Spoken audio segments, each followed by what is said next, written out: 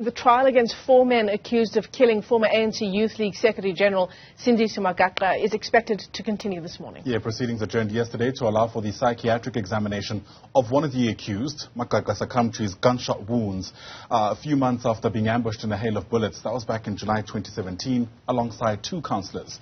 Newzroom Afrika's Ziyanda was watching the story for us. She's live to us now, just outside the High Court that's sitting in Pietermaritzburg. And the kind of snags, Ziyanda, that the family at the very least wasn't hoping for, given how long we've waited for the trial itself to begin.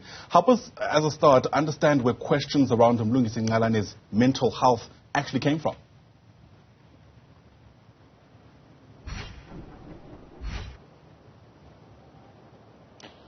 Yeah, I mean, it was actually quite a problem for the state through the prosecutor, Ngcobo, who was saying that he found it quite surprising that there's now this new development of accused number 3, Nontsikelelo, having a mental illness, and that there's concerns that he may not be able to follow the proceedings of the trial adequately. So, I mean, they did end up having to concede that they have to find a psychiatrist to be able to do a preliminary evaluation of Nontsikelelo to assess his fitness to be able to stand for this trial. But certainly, as you've just said, Ayanda, not quite the development that the state and the family were hoping for. Yesterday was meant to be the start of the trial. The first witness, who we understand is Jabulile Msiya, who was with Magaqa the day he was shot in July 2017. She was expected to be the first witness to take the stand just yesterday.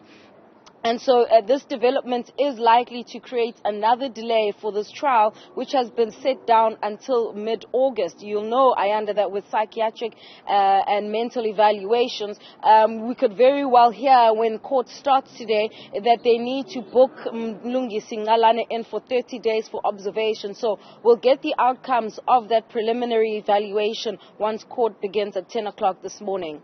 We've got an opportunity to speak to one of the 2 councillors who were there when Sindiso Magaqa came under these hail of bullets, mentioning there that this is an important day. In fact, she said she was feeling quite emotional. However, she's not fearful to speak out about what happened on that day.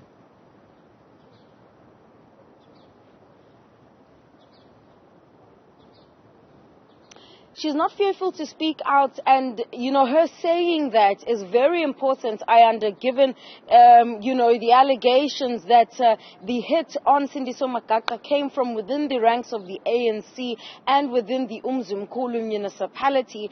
You know, it's a statement that I'm sure is not one that is made easily, and those who were with him, Jabulile, Msiya, Nontsikelelo, Mafa, standing on the principle of the fact that Magaqa was speaking about corruption, alleged corruption within the municipality when it came to the building of that Peace Memorial Hall, and that, you know, she's ready to speak the truth. And she, you know, has said even since 2019 that Magaqa knew that his life was under threat, and that even on the day when they got shot, he was acutely aware of what was about to happen, and he told them to remain calm and just pray. And they waited then for those 20 plus bullets then to actually pierce the SUV that they were traveling in, and then only was there some kind of movement. Msiya was actually outside the vehicle and assisted with getting Magaqa's body out and into another car to transport him to the hospital. So her feelings of being numb, as she described yesterday,